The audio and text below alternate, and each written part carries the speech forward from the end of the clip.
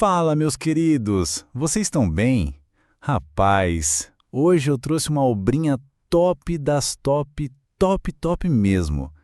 A história é sobre um jovem mestre que perde sua amada e, tomado pela dor, parte em busca de vingança contra aqueles que a mataram.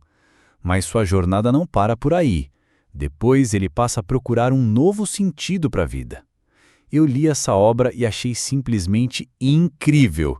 Por isso decidi trazer aqui para vocês. Então, bora lá! No campo de batalha, enquanto a chuva se mistura com a sangue e a lama, um grupo de guerreiros se vê em uma situação extremamente perigosa. Um dos guerreiros, com a voz extremamente cansada e irritado, se pergunta por quanto mais tempo esses malditos continuarão vindo. À sua frente, ainda de pé, haviam algumas dezenas de combatentes prontos para tirar sua vida assim que pudessem.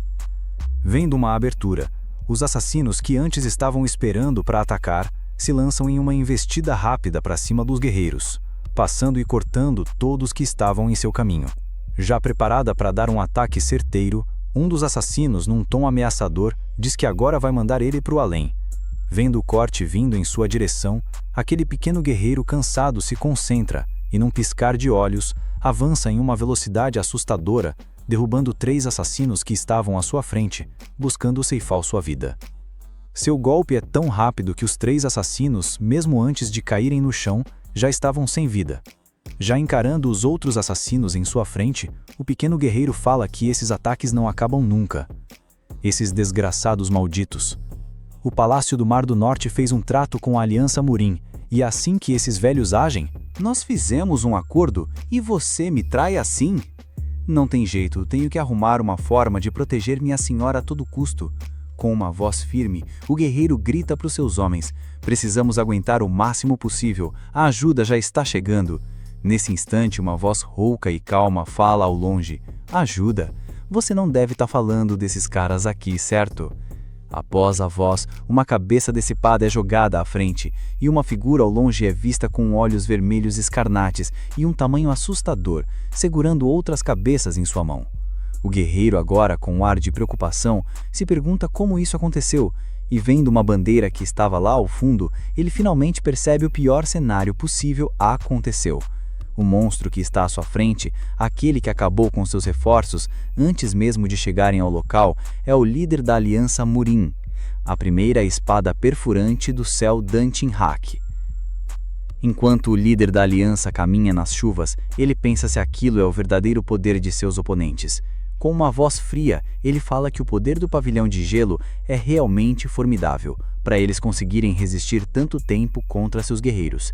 Mas o pequeno guerreiro, não intimidado, começa a rir e responde em um tom firme que está surpreso que o líder da aliança tenha tanta coragem assim de ser tão convencido. Se ele tivesse se encontrado com o mestre do Palácio do Mar do Norte pessoalmente, já estaria morto a essa hora. Os subordinados do líder da aliança, agora explodindo de raiva, gritam com o guerreiro e começam a xingá-lo por dizer tais ofensas a seu mestre. Todos os subordinados da Aliança Murim, agora extremamente irritados, se preparam já com sangue em seus olhos. Eles não aceitam que trate seu mestre assim com tamanho desrespeito.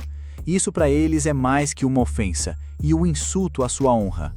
Mas então, uma voz doce, mas tremular, pede para que todos esperem um momento.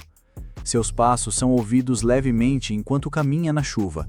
Uma linda garota que pede para que todos, por favor, esperem um pouco, surge em meio àquela chuva sangrenta.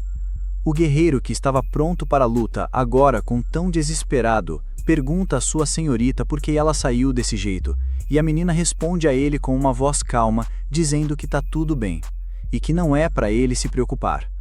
O líder da Aliança Murim, agora vendo a menina, manda todos os seus homens se afastarem rapidamente. No meio dessa chuva pesada, a garota caminha lentamente em direção ao líder da aliança, enquanto os guerreiros que a protegem ficam de guarda com medo de algo acontecer. A menina então diz o nome do líder da aliança, mas logo é cortada por ele. O líder da aliança diz que ela foi enganada por esses mamacos, e até fugiu de casa, e que ele nunca foi tão desonrado em toda a sua vida. Ele estende a mão para a garota dizendo que, porém, todos os seres vivos cometem erros e podem ser perdoados. Então fala a ela que, como seu pai, estou te dando uma última chance de volta. Você é esperta e sabe qual escolha deve fazer. A garota agora, com a voz triste, pergunta ao seu pai que se ela voltar, ele vai deixar os outros guerreiros voltarem vivos dali. Mas seu pai não responde nada e ainda faz uma cara feia à garota. Então a menina triste abaixa a cabeça e diz que entende ele e pede desculpas a seu pai. Ele fica um tempo em silêncio, indignado com a resposta da garota. Puxando sua espada, ele diz que entende. O guerreiro, agora desesperado, tenta correr até sua senhorita, mas já era tarde demais. Puxando sua espada ao seu com uma velocidade extremamente assustadora, o líder da Aliança Morim se prepara enquanto encara o rosto de sua filha uma última vez, e desferindo um ataque da espada tão forte e rápido que só foi visto a luz da lâmina atravessar o corpo da jovem senhorita. O guerreiro gritando para que pare, já incapaz de fazer algo pela menina que agora cai em meio à lama. Seu pai, o líder da Aliança Morim, se vira dizendo que já não tem mais uma filha e que cumpriu com o desejo dela. Num tom frio, ele diz que ela foi influenciada pelos orques da neve e nossa única missão agora é recuperar a alma das planícies centrais. Então limpem essa bagunça agora mesmo. Após a ordem de seu mestre, os assassinos avançam em um ataque rápido contra o resto dos guerreiros do Palácio do Mar do Norte. Mas o guerreiro pessoal da jovem mestre já levava mais 2 assassinos usando um corte duplo. Com a voz firme e com raiva, ele fala para os seus homens lutarem até a morte e vingarem a jovem senhorita. A batalha feroz inicia mais uma vez em meio à chuva pesada. A jovem senhorita jogada ao chão, agonizando, e com seu último suspiro, ela pensa que ela tinha que voltar. Mas agora é tarde demais. Ela, vendo a imagem de seu amado antes de morrer, pede perdão por não conseguir manter sua promessa, e que na próxima vez eu vou... E assim, a jovem senhorita morre em meio à chuva. Momentos depois, lá no Palácio do Mar do Norte, um subordinado em frente a seu mestre em silêncio não consegue o encarar, enquanto seu mestre, com o olhar frio, pergunta a ele o que ele disse antes. O subordinado, com a voz trêmula, responde a seu mestre. Ele diz que o Pavilhão do Gelo, incluindo o Lord Baimúcio, provavelmente aquele guerreiro fortão que estava tentando salvar a jovem senhorita, eles que partiram com um enviado para concluir as negociações com a Aliança Marcial, acabaram se encontrando com a Aliança Morim e foram todos aniquilados. E a jovem senhorita estava com eles. Ao ouvir essa frase, o Lorde do Palácio de Gelo perde a cabeça, liberando toda sua ira e ki gelido no meio do palácio. A energia era tão poderosa que produzia várias rajadas de vento, mas nenhum dos seus subordinados não falaram um A, até que o seu mestre se acalme um pouco. O mestre do Palácio do Mar do Norte levanta de seu trono com voz tão gélida, capaz de deixar qualquer um morrendo de medo. Ele diz que isso é imperdoável, e agora eles vão ver. Vou matar todos, até o último deles, e vou apagar todos eles do mapa. Se preparem agora mesmo, estamos indo para as planícies centrais. No capítulo seguinte, após uma luta feroz, o líder da Aliança Morim estava jogado ao chão com seu corpo todo perfurado por espadas e lanças. Ele se repreende por toda a Aliança Morim dele ter sido completamente aniquilada. Seu poder interior está completamente esgotado, e isso com certeza é o fim. Com uma voz arrogante, ele fala para matá-lo agora mesmo, mestre do Palácio do Mar do Norte. Mas o nosso prota só observa, com um olhar frio. O prota, então, caminhando lentamente em sua direção, pergunta o porquê. Por que ele matou sua amada? Por que diabos fez isso? Mas o líder da aliança começa a rir e, em um tom sarcástico, responde: "Do que você tá falando, hein? A filha do líder ficando de amorzinho com um bárbaro igual você? Não seria um erro maior da minha parte deixá-la viva?"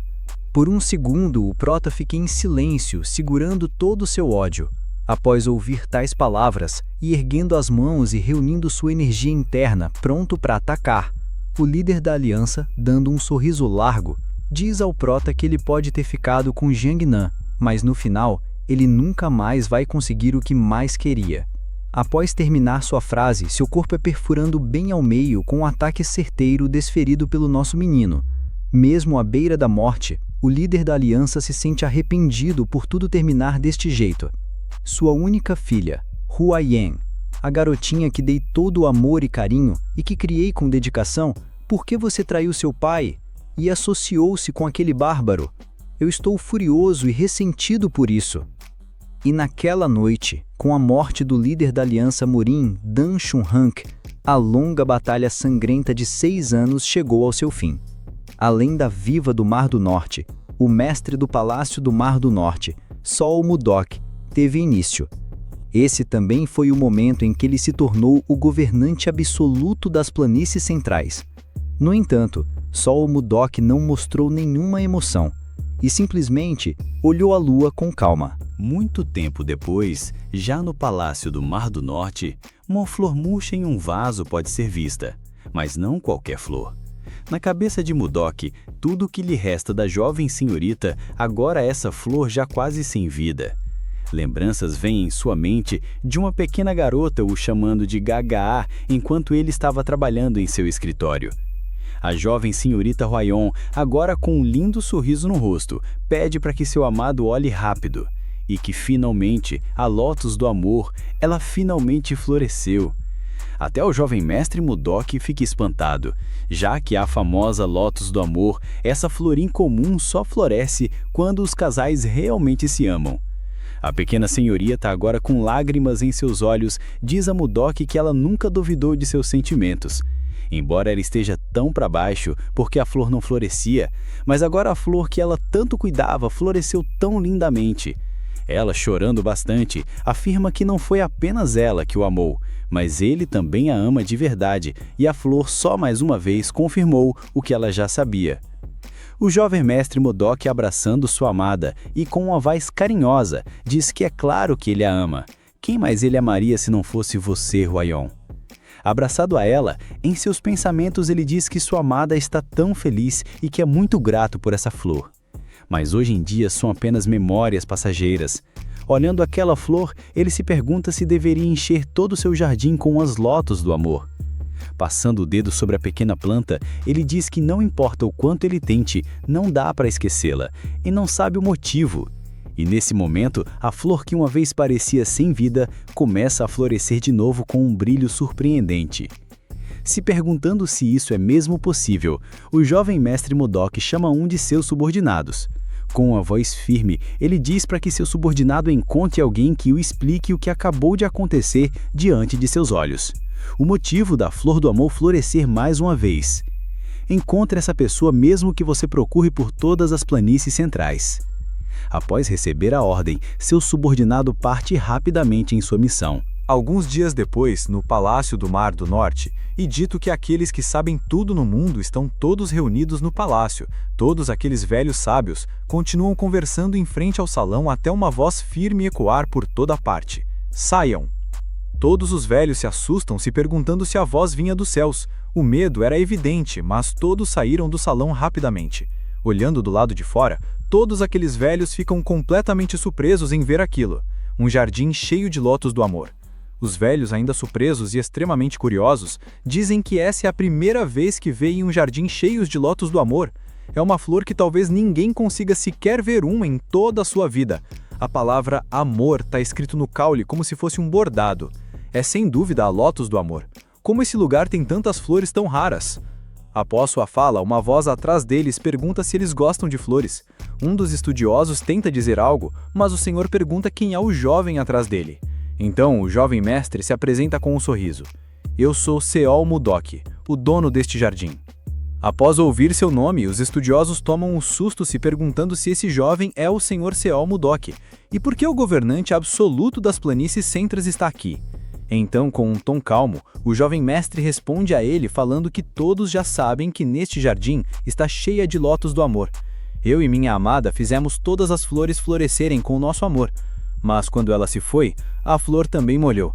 No entanto, por algum motivo, as flores reviveram dias atrás.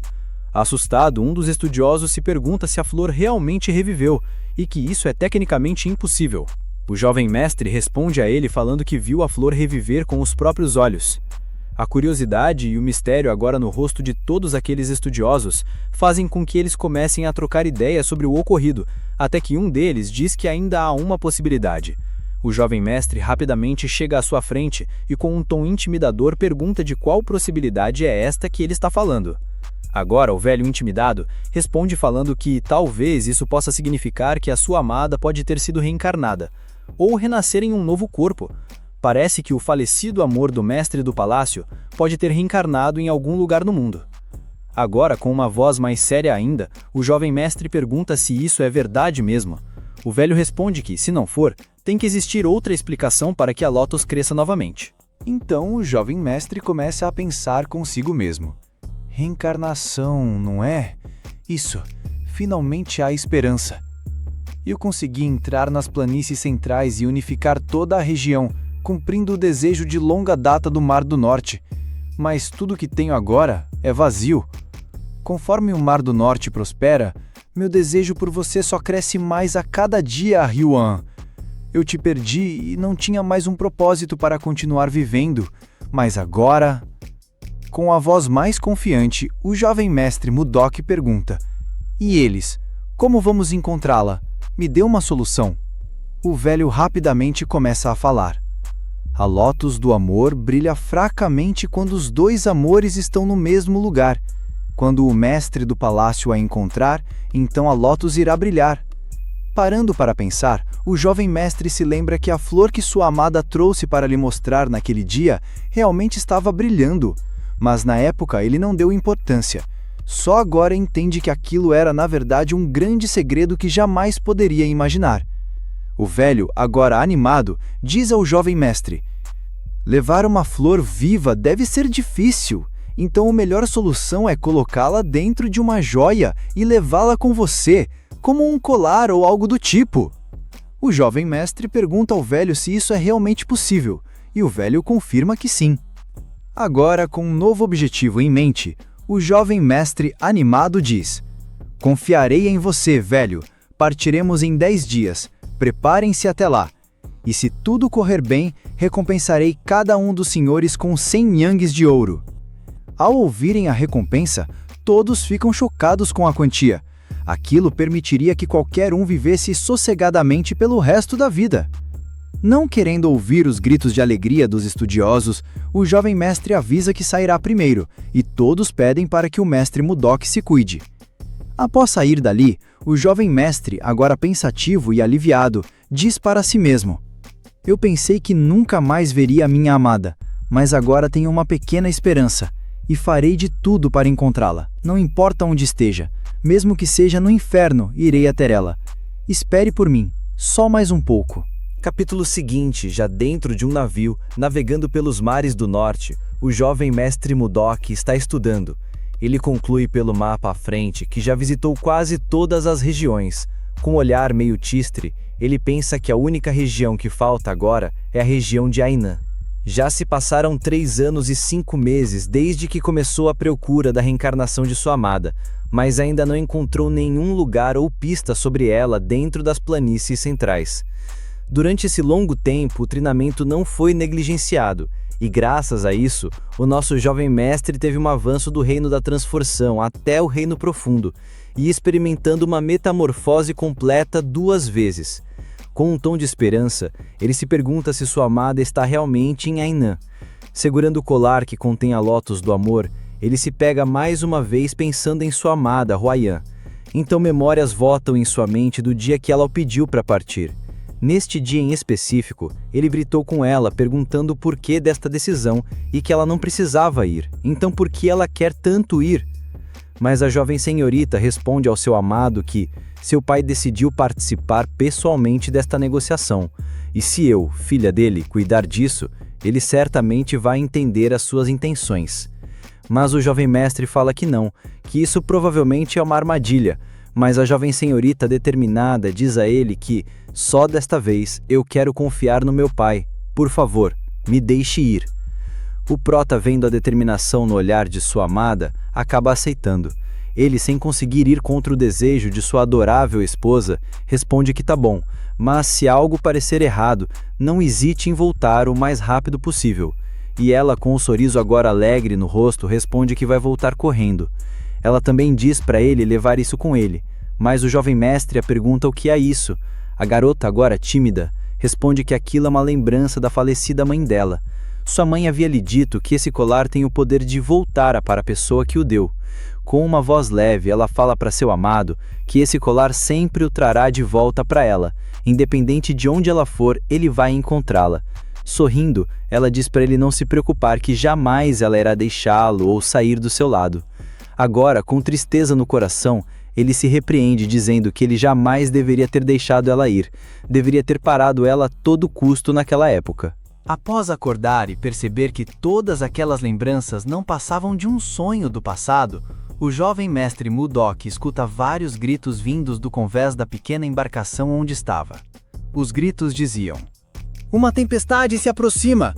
Todos, segurem-se firme! Não soltem por nada! Amarrem-se às cordas!" Chegando ao convés, o jovem mestre fala: "Uma tempestade do nada? Não, espera, o que é isso?" Virando-se rapidamente para olhar em volta, ele fica horrorizado com o tamanho da onda que vinha ao longe, avançando em direção ao barco. Já se preparando para dar um golpe e tentar contê-la, o jovem mestre reúne todo o seu quê, mas em vez de atacar, apenas se protege da onda, que chegou muito mais rápido do que ele esperava. Vários navegadores são arrastados pela força da água enquanto o jovem mestre resiste. Pessoas caem do barco. Entre elas, uma mãe e sua filha gritam desesperadas pelo marido que havia caído no mar. O protagonista, ao ver a cena, xinga mentalmente, mas rapidamente ativa sua habilidade, o domínio telecinético. Ele arremessa vários pedaços de madeira ao mar na direção dos que caíram, para que pelo menos consigam se segurar e não se afoguem nas águas geladas. Mesmo com seus esforços, um dos velhos grita: "Outra onda se aproxima rapidamente!" Dessa vez a onda era ainda maior que a primeira, erguendo-se ao lado do barco. Todos, já sem esperança, se perguntam se conseguirão sobreviver àquilo. Vendo o perigo de o navio se partir com aquela onda, o protagonista pensa que só resta uma opção: pará-la. Sacando sua espada, assume uma posição de ataque e reúne toda a sua energia interna. O ar ao redor começa a ficar frio. O gelo se espalha em volta do jovem mestre Mudok. Então, com um de seus golpes mais poderosos, ele grita: "Ventania congelante!" No instante em que o golpe é lançado, seu colar começa a brilhar. Surpreso, ele se pergunta o porquê daquilo, quando uma grande explosão acontece. A onda parece ser sugada para algum lugar misterioso, mas o brilho da explosão segue a todos ao redor. O protagonista, protegendo o rosto da luz intensa, acaba sendo sugado em direção a ela. A claridade vai se esvaindo, deixando todos impressionados. E então, o céu, que segundos antes era de noite, se transforma em um lindo dia. Todos se perguntam, atônitos: "O que diabos aconteceu aqui?" Algum tempo depois, o jovem mestre acorda com uma leve dor de cabeça e se pergunta onde está. O lugar era apertado e ele estava jogado entre algumas caixas. Confuso, pensa se estaria dentro de algum tipo de carruagem. Como havia chegado ali, ele não se lembrava. A única coisa clara em sua mente era que pouco antes estava lutando contra uma terrível tempestade no meio do mar. De repente, um grito foi ouvido ao longe. O protagonista, agora mais alerta, questiona de onde vinha aquele som. Decidido, ele resolve sair da carruagem para descobrir o que estava acontecendo. Do lado de fora, o cenário era caótico. Pessoas corriam desesperadas, enquanto moscas gigantes as perseguiam. Muitos eram atacados brutalmente por aqueles monstros. Ao canto, duas meninas se escondiam, observando aterrorizadas, enquanto as criaturas ceifavam a vida de várias pessoas. A cena era pesada. Um senhor gritava os nomes das garotas, Savina e Annie. Um rapaz ao seu lado dizia que iria salvá-las imediatamente. Mas, antes que pudesse agir, uma explosão atrás deles abalou tudo, assustando a todos. A carruagem havia se partido em 2 pedaços, junto com uma das moscas que voava próxima a ela. Um velho chorava desesperadamente pela destruição da carruagem, enquanto outro homem lhe dizia para olhar melhor. Em meio à fumaça da explosão, uma silhueta se formava. Era o jovem mestre, que surgia de lá com a expressão confusa. "O que está acontecendo?" murmurou. "Por que há uma floresta no meio das planícies centrais? Isso não faz o menor sentido." Olhando em volta com mais atenção, ele observa as pessoas e conclui: Eles devem ser estrangeiros, o que significa que estou muito longe das planícies centrais. Nesse instante, várias moscas voam em sua direção, atraídas pela explosão que o revelara. O protagonista, assustado, finalmente percebe a realidade diante de seus olhos e se pergunta incrédulo: aquilo são mesmo moscas gigantes? As moscas avançavam em direção ao jovem mestre. Ele, encarando-as, se questionava: estrangeiros e moscas gigantes? O que está acontecendo nas planícies centrais, afinal? Desviando de uma das criaturas que o atacava, o protagonista ativou sua habilidade, Palma de Gelo Divina. Num instante, lançou o golpe e mandou a primeira mosca para o além. O impacto foi tão brutal que o corpo da criatura explodiu atrás dele. Caminhando para frente, na direção das outras pessoas, ele disse em voz calma: como uma mera besta ousa atacar um humano só porque cresceu um pouco? Sua aura congelante começou a emanar com força. Isso é imperdoável. Em um salto, o protagonista investiu contra o enxame. Sua velocidade era impressionante. Em poucos instantes, nenhuma mosca restava viva no céu. Palma de Gelo Divina. As criaturas foram congeladas no ar e, em seguida, explodiram ao mesmo tempo. Com a voz fria, o jovem mestre declarou: isso é mais do que suficiente para lidar com alguns insetos patéticos. Todos os presentes ficaram maravilhados com as habilidades do protagonista. As garotas que se escondiam no canto não acreditavam no que viam.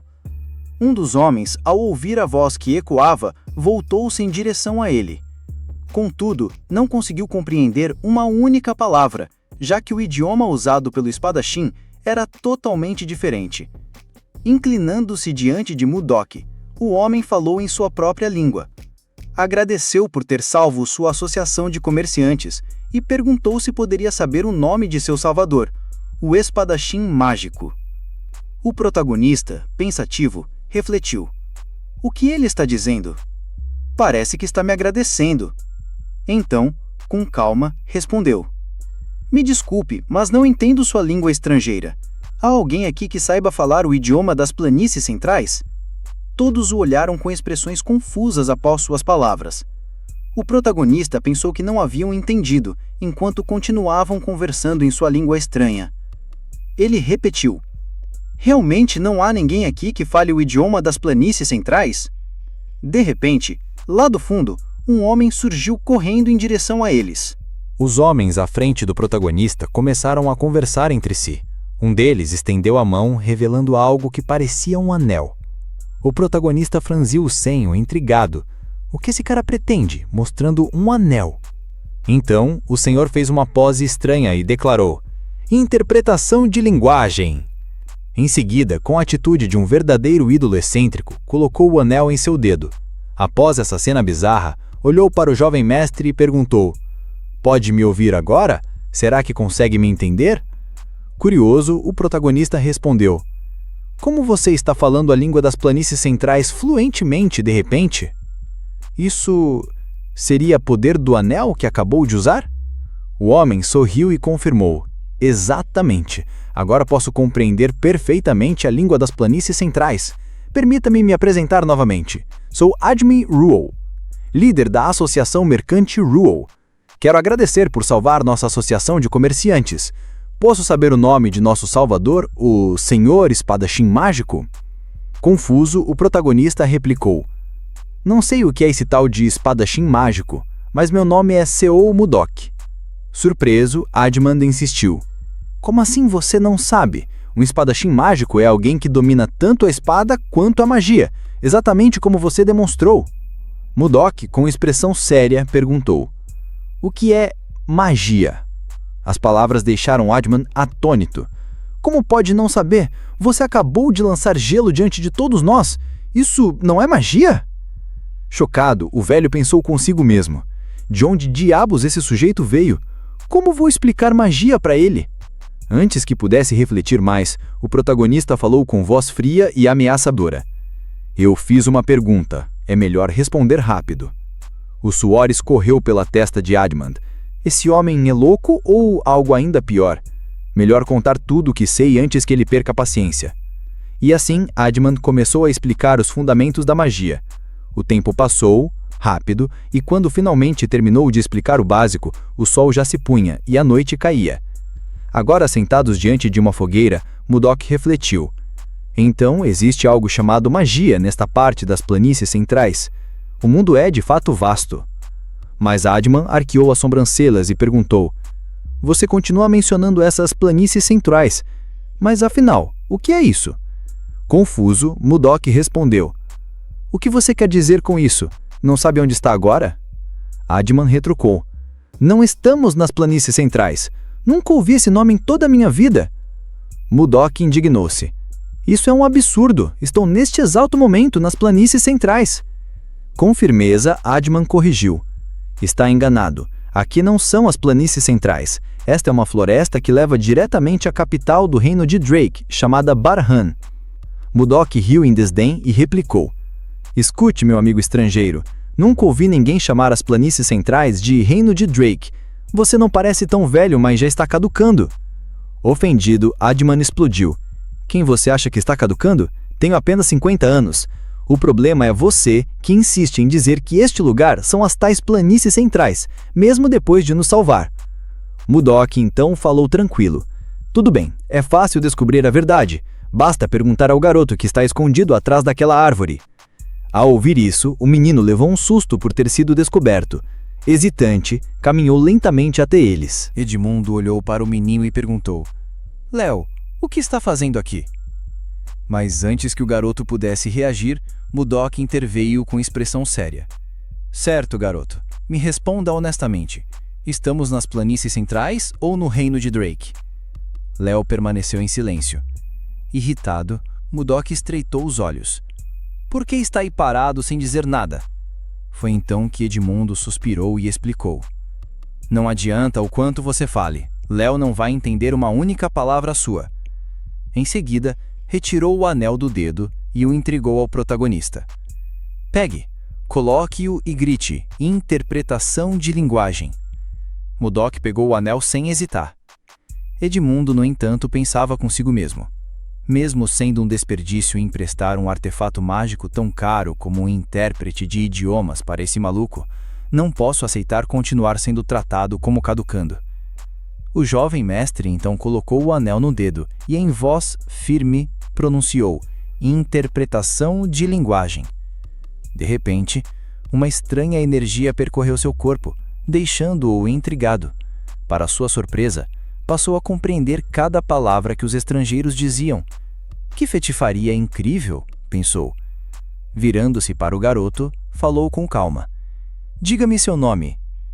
O garoto arregalou os olhos, mas respondeu. Eu me chamo Léo. Certo, Léo, continuou Mudok. Me responda, este lugar são as planícies centrais ou o reino de Drake? O garoto assustado respondeu. Planícies centrais? Eu nunca ouvi esse nome. Esta é apenas uma floresta no caminho que leva a Barhan, a capital do reino de Drake. Mudok ficou indignado. O quê? Você também está ficando caduco? Edmundo, não me diga que mandou essa criança inventar isso só para me provocar. Com a voz já carregada de irritação, Edmundo retrucou. Absolutamente não. Se ainda duvida de mim, pergunte a qualquer membro da nossa associação de comerciantes. O protagonista parou por um instante e refletiu. Pela reação dele, realmente não parece estar mentindo. Então, em silêncio, pensou. Quer dizer que aqui realmente não são as planícies centrais? Se lembrando do que havia acontecido, murmurou para si mesmo. Antes eu estava lutando contra uma tempestade no navio, e quando abri os olhos, já estava dentro de uma carruagem. Não pode ser que eu tenha sido teleportado? Será que eu realmente viajei pelo espaço? Será que isso é mesmo possível? O protagonista, ainda sem acreditar, agora se pergunta: então este é o reino Drake e não as planícies centrais. De repente, ele sente uma dor estranha e questiona: o que é isso? Mas, tão rápido quanto veio, a dor desaparece. Em seus pensamentos, ele reflete sobre aquele sentimento estranho que acabara de surgir em seu Dantien. O Sr. Edmund, tirando o jovem mestre Mudok de seus devaneios, pergunta se ele agora acredita no que estava sendo dito. Mas Mudok, sem dar importância às palavras dele, está muito mais preocupado com aquela energia estranha. Ela é totalmente diferente de tudo que já havia experimentado. Ele começa a desconfiar de que há algo errado com aquele lugar. Determinado, decide investigar por si mesmo. Enquanto Edmund grita perguntando para onde ele está indo, Mudok dispara com toda a sua velocidade, em direção à mata. Já um pouco mais longe, ele pensa que precisa verificar tudo com os seus próprios olhos, pois aquela energia pura e aquele lugar são definitivamente diferentes das planícies centrais. Aproveitando o impulso de uma pedra, Mudok se lança aos céus com uma velocidade assustadora, como se realmente estivesse voando. Ao alcançar uma altura onde consegue contemplar a imensidão de toda a floresta, ele sente a energia local o envolver, tornando-se um fenômeno impressionante. Essa energia começa a penetrar em seu corpo. Ele a absorve com dificuldade, mas, pouco a pouco, ela é aceita e se reúne em seu Dantian. Depois de expelir o excesso e estabilizar o fluxo interno, Mudok percebe que a quantidade de Ki dentro de si havia dobrado. Surpreso, suspira diante do resultado alcançado. Ao retornar ao chão, se pergunta: como acabei vindo parar neste lugar em vez das planícies centrais? Preciso encontrar Huion o mais rápido possível. Mas, espere, poderia ser por causa da luz emitida por aquele colar? Lembro-me bem de Huion dizendo que ele tinha o poder de retornar a pessoa para quem o presenteou, ou seja, me fazer voltar para ela. Se eu fui enviado para cá, então deve ser para procurá-la. Agora entendo, ela deve estar neste mundo. Um tempo depois, de volta ao acampamento, as pessoas perguntam a Edmund o que havia acontecido e para onde o espadachim mágico tinha ido. Irritado, Edmund responde: não faço a menor ideia, ele simplesmente saiu sem me ouvir, é completamente imprevisível. Logo em seguida, Mudok retorna ao acampamento e, com calma, diz que precisou resolver algumas coisas, mas que agora tinha uma pergunta para Edmund, algo que o deixava curioso. Ele pergunta se o que o garoto Léo havia dito sobre o reino Drake era realmente verdade. Edmund confirma, explicando que sim, e acrescenta: se caminharmos mais um pouco, chegaremos a Barham, a capital deste reino. Curioso, Mudok pergunta: onde exatamente fica Barham? Nesse momento, um garoto sorrateiro aparece atrás de Edmund e com uma voz animada comenta: o senhor espadachim mágico realmente não sabe nada sobre este lugar, não é? Deve ter passado todo o seu tempo treinando nas montanhas. Já ouvi histórias sobre pessoas exóticas como você, mas é a primeira vez que vejo uma em carne e osso. Entrando no clima da conversa, Mudok responde com naturalidade: você está certo, estive treinando nas montanhas e agora que terminei meu treinamento, recebi permissão para sair e experimentar o mundo, por isso não sei nada daqui. Enquanto conversa, ele pensa consigo mesmo: se eu continuar com essa história das montanhas, talvez consiga arrancar todas as informações que preciso desse garoto. Barham, Reino Drake, nunca ouvi falar desses lugares antes, mas olhando bem para eles, percebo que possuem olhos de cores diferentes. Talvez esta mesmo seja a terra dos bárbaros ocidentais, da qual só se ouvia falar em histórias. Animado, o garoto começa a falar, tirando o jovem mestre Mudok de seus pensamentos. Uau! Como esperado, eu realmente estava certo. Então, devo te ensinar algumas coisas, senhor espadachim mágico? Mudok, animado por finalmente conseguir o que queria, responde ao menino que realmente gostou da ideia. O garoto, ainda mais empolgado, chama o jovem mestre para segui-lo e promete ensinar todo tipo de coisa. Com a voz calma e amigável, o protagonista pergunta ao garoto qual é o seu nome. Ele responde que se chama Luffy e em seguida pergunta ao espadachim mágico qual é o nome dele. Enquanto isso, Edmund franze a testa e pensa: como assim? Esse cara que até agora parecia super assustador, do nada ficou tão amigável? Realmente, esse espadachim é imprevisível. Mais tarde, naquela noite, Mudok começa a aprender com Luffy sobre aquele lugar e o idioma que usavam ali. Por mais inacreditável que fosse, não se tratava de uma terra estrangeira, mas sim de um mundo totalmente diferente. A terra ali tinha um formato estranho, a escrita era diferente, e além dos humanos, existiam outras espécies, elfos, anões e até mesmo homens-bestas. No entanto, entre todas as criaturas, as mais temidas eram os dragões, largatos gigantes com asas que dominavam os céus. Luffy também explica que naquele mundo existia algo chamado dobra mágica e círculos mágicos. A dobra mágica só podia ser usada por magos de 5º círculo ou acima. Eles desenhavam símbolos complexos no chão, recitavam um feitiço e, assim, eram capazes de viajar para onde quisessem. Quanto mais habilidoso o mago, mais deformidades e possibilidades ele tinha. Para ser sincero, disse Luffy, existem feitiçarias aqui que nem dá para explicar. Mudok, curioso, se pergunta que outras coisas incríveis aquele mundo poderia lhe reservar. Ao levantar os olhos, ele se assusta. No céu, acima dele, brilhavam 3 grandes luas. Em seus pensamentos, ele admite que aquele lugar era completamente diferente de qualquer canto das planícies centrais. Tocando no colar em seu peito, questiona se sua amada realmente o havia invocado para esse mundo. Mas seus pensamentos são interrompidos por um grito desesperado vindo ao longe. Um velho de óculos implora: "Savina, não faça o que está pensando!" Mudok, em alerta, corre até o local. Lá, encontra uma garota loira, de olhos claros, tomada pela raiva e pelo medo. Era ninguém menos que Savina. Ela gritava para que ninguém se aproximasse, caso contrário, mataria todos. Um dos homens do grupo a implora que pare. "Por favor, não faça isso!" Mudok, chegando ao local, se perguntou o que estava acontecendo para causar tanto alvoroço. O homem de óculos, chamado Charles, tenta acalmá-la.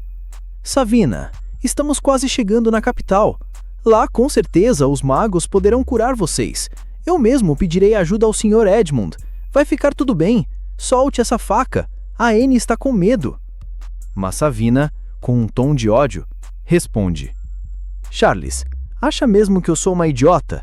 Mesmo na capital, curandeiros são raros.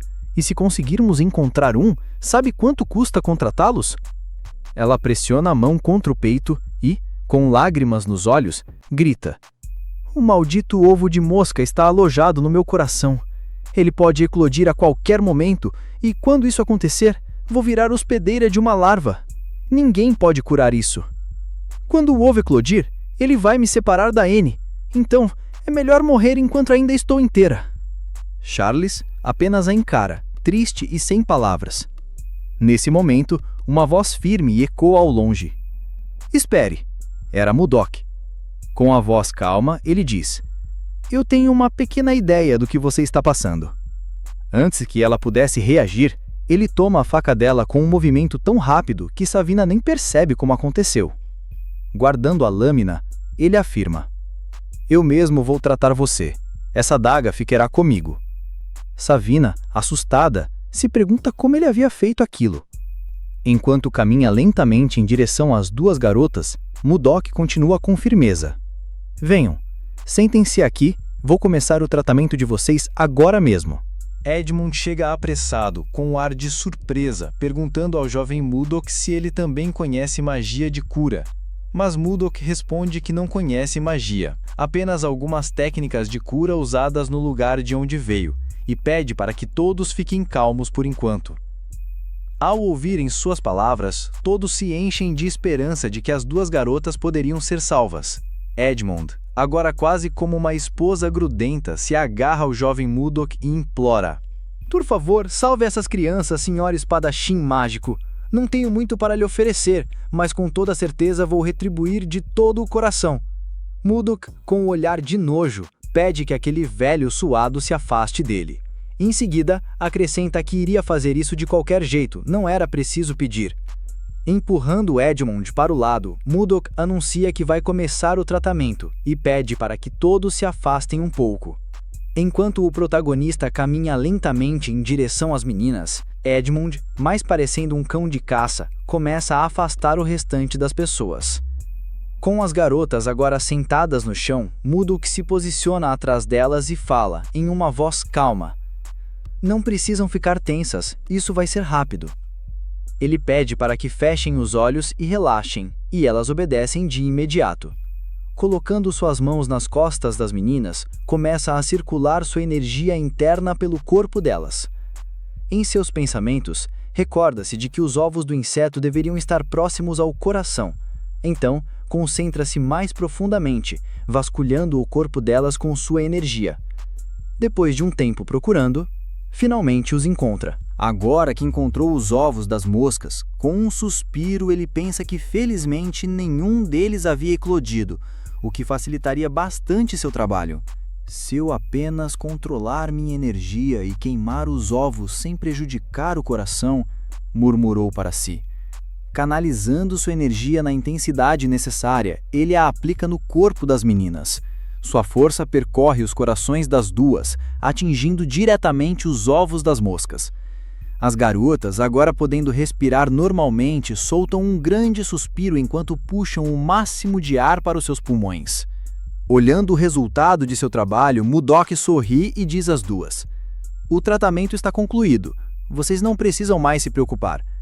As meninas, em um grito histérico e ao mesmo tempo aliviado, perguntam: "Você já nos curou?" Mudok afirma que sim, e que todos os ovos de insetos dentro delas foram destruídos. Não há mais com o que se preocupar. Todos ao redor ficaram animados e chocados com a revelação de Mudok. Edmund, ansioso, pergunta: "Annie e Savina estão realmente bem e curadas agora?" Mas antes que ele termine, Leo, atrás dele, se apressa: "Senhor Espadachim Mágico, já acabou mesmo?"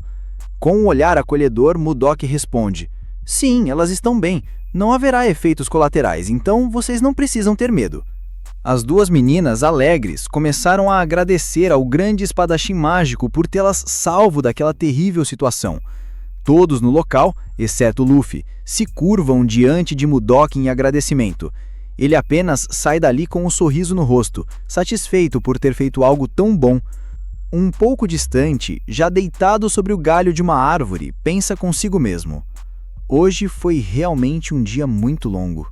Segurando o colar, sussurra: "Hoje, mais uma vez, senti sua falta." E olhando para o céu noturno, onde as 3 luas brilhavam, se pergunta se em breve conseguirá reencontrar sua amada. Algum tempo depois, já se aproximando da capital Bahan, Edmund, carregando uma enorme bolsa, reclama: "Por que o clima hoje está tão quente?" Caminhando mais atrás está Mudok, também incomodado pelo calor. Percebendo isso, Luffy estende uma garrafa para ele e diz: "Tome um pouco de água para não ficar desidratado." Mudok agradece o garoto. Ao abrir o cantil, percebe que a água estava morna, nada agradável para beber. Então, usando sua energia de gelo, congela o recipiente e transforma a água em refrescante líquido gelado. Após beber, sente-se satisfeito. Ao seu lado, Luffy ainda reclama do calor. "O dia de hoje está particularmente quente. Você está bem, Mudok?" Ele não responde, apenas encosta a garrafa gelada no garoto. "Ah? Como a garrafa ficou gelada desse jeito? Foi você que fez isso?" Surpreso, Luffy começa gritando e falando: "Meu Deus, por que isso tá tão gelado assim?" Mudok, rindo, manda o garoto beber logo. O garoto toma um gole, depois 1, 2, 3, bebendo toda a água que tinha no pote rapidamente. Agora refrescado, ele dá um grande sorriso de felicidade. Mudok, olhando a felicidade do garoto, pergunta: "Fala aí, é refrescante, né não?" Mudando o tom de voz, o garoto chama por Mudok, que não entende o que está acontecendo. Mas com um sorriso brilhante de novo, ele pergunta se o prota pode congelar a outra garra de água também. Antes de responder, Mudok pensa: "Bom, claro que posso. Afinal, essa criança já me ajudou muito. Nada mais justo que fazer esse pequeno favor a ela." Mudok tranquilamente aceita o pedido e então congela a água de Luffy, o deixando muito feliz. Ele com um sorriso agradece, mas lógico que isso não passou despercebido. Em poucos segundos, todos em volta já estavam se reunindo pedindo para que o protagonista o faça para eles também. Todos estendem seus pequenos cantis e com pedidos desajeitados, pedem para que ele congele a água para eles também. Mudok, se sentindo derrotado, o faz. Todas aquelas crianças ficam maravilhadas com a água gelada que Mudok fez para eles, o deixando desconfortável. Pensando consigo mesmo: embora isso não seja difícil, ficar aceitando esses pedidos vai acabar me trazendo problemas, porém já é tarde demais. Edmund chega por trás de Charles o chamando e então o pergunta o que está acontecendo e por que essa comoção toda. Luffy chega rápido até ele e explica que o senhor espadachim mágico fez um pouco de água gelada para mim, mas outros irmão e irmã acabaram vendo e então, cortando a fala de Luffy, Edmund pergunta se ele falou água gelada. Correndo até Mudok, o olhar sombrio e chamando por ele, Mudok pergunta o que foi. Se curvando em frente a Mudok, ele também pede por um pouco de água gelada. Mudok fica surpreso com a reação de Edmund. Ele então aceita e pede a garrafa de Edmund para congelada. Ele pensa que ele deveria ficar com a caravana de Edmund para descobrir mais sobre esse lugar por enquanto, e por isso vai fazer esse pequeno favor por eles. Graças ao anel de Edmund, já resolvi o maior problema, que era a barreira do idioma. Então, dar um pouco de água gelada não é grande coisa. Edmund agora, bebendo água gelada, agradece. Franzindo a testa, ele fala que isso é estranho. Percebendo o que está acontecendo agora, Edmund fica animado. Edmund se vira para Mudok e pergunta: "Foi o senhor quem criou esse gelo?" Mudok, confuso, responde: "Sim, por quê? Tem algo errado?" Edmund abre um sorriso vibrante e, virando-se totalmente para o protagonista, exclama: "Errado? Não, absolutamente perfeito! Eu já provei todos os gelos deste continente, mas nunca provei um gelo assim antes." Seus olhos brilham de empolgação. "Céus, isso está em outro nível! Não, é simplesmente incomparável! Você é realmente incrível!" Mudok arqueia a sobrancelha e pergunta com calma: "Gelo gostoso? Do que você está falando? Eu apenas congelei a água." Edmund, ofegante de tanta empolgação, se apressa em explicar: "Normalmente, quando criamos gelo, usamos o atributo frio da mana junto à água ou coletamos a umidade da atmosfera. Mas nesse processo, as impurezas da mana sempre acabam se misturando no gelo, e isso afeta o sabor. Como cada mago tem uma assinatura única de mana, o gosto do gelo varia, e é raríssimo encontrar alguém que consiga criar gelo puro. Por isso é tão difícil obter um gelo de qualidade." Ele ergue a garrafa e a sacode, como se mostrasse um tesouro. "Mas o seu gelo é incrivelmente puro. É por isso que tem um sabor tão bom." Mudok cruza os braços pensativo e responde então neutro: "Entendo. Então é por isso que todos reagiram de forma tão exagerada. Pensar que algo tão simples quanto o gelo poderia causar tamanha comoção, quase a sentir pena deles." Respirando fundo, "Bom, já que estou de bom humor, posso fazer um pouco mais." Mudok reúne a sua energia, prestes a conjurar novamente, quando a voz animada de Edmund corta sua concentração. "Sr. Mudok, espere!" O protagonista o encara curioso. "O que foi agora?" Edmund, sorrindo de orelha a orelha, declara em um tom cheio de entusiasmo: "Eu tenho uma proposta para você." Dias se passaram e já na capital do reino de Drake, a grandiosa cidade de Bahan, a Associação de Mercadores Rosa estava a todo vapor. Seus membros trabalhavam incansavelmente, carregando baldes e mais baldes de água. Dentro de um dos prédios, nosso jovem Mudok reunia sua energia mágica, congelando cada um daqueles recipientes. Para ele, era uma tarefa simples, mas ao mesmo tempo um bom treinamento de resistência. Aos poucos, a água se transformava em belos cubos de gelo cristalinos e reluzentes. Os mercadores vibravam ao ver o resultado, elogiando Mudok pelo grande trabalho. No entanto, ele apenas os observava com um olhar indiferente. Para entendermos o motivo de todo esse esforço, precisamos voltar alguns dias no tempo. Naquela ocasião, Mudok estava irritado, questionando se aquele pedido de Edmund realmente fazia sentido. Após ouvir atentamente a explicação, finalmente entendeu a situação. A Associação de Mercadores de Edmund estava à beira da falência, e o plano do comerciante era revivê-la vendendo o gelo produzido por Mudok. Não é de se admirar que ele não parava de falar sobre o gelo, como era refrescante, como era valioso e como eu, sendo um mago, poderia produzi-lo. O tempo todo havia um objetivo oculto por trás disso, pensou Mudok. Apesar disso, percebeu que Edmund não tinha más intenções. Ele era apenas um velho astuto tentando salvar sua associação em dificuldades. Com isso em mente, Mudok declarou com firmeza: "Eu aceito, mas será 30 a 70. Edmund, confuso, perguntou: "Do que você está falando?" Então Mudok o encarou com seriedade e respondeu: "Já que sou eu quem produz o gelo e você apenas o venderá, ficarei com 70% dos lucros. Você, com 30%. O que me diz?" Edmund, pensativo diante da proposta de Mudok, começou a analisar mentalmente. 70 a 30, hein? Bem, considerando que o gelo vai vender como água no deserto, não é uma oferta ruim. Mas, já que não custa nada, vou tentar negociar mais um pouco. Com um tom mais animado, ele se dirigiu ao jovem mago. Para vender o gelo, não basta só produzi-lo. Eu preciso de carroças para o transporte, trabalhadores para puxá-las e até magos que mantenham o gelo sem derreter. Em resumo, os custos iniciais serão bem altos. Se você puder fazer algumas concessões... Mudgeck, com um leve sorriso frio, rebateu. 60-40. Isso é o máximo que aceito. Edmund ficou em choque. Só 10%? Miserável garoto. Não cede quase nada, pensou, derrotado. Sem opções, suspirou e disse: muito bem, preparemos o contrato. Voltando ao presente. Mudgeck refletia enquanto congelava os baldes. Só aceitei esse trabalho porque essa cidade parecia um bom lugar para aprender mais sobre este mundo. Mas nunca imaginaria que o negócio de Edmund se sairia tão bem assim. De repente, Charles entrou correndo no prédio. Sr. Edmund, venha rápido, é urgente! Todos se entreolharam, confusos.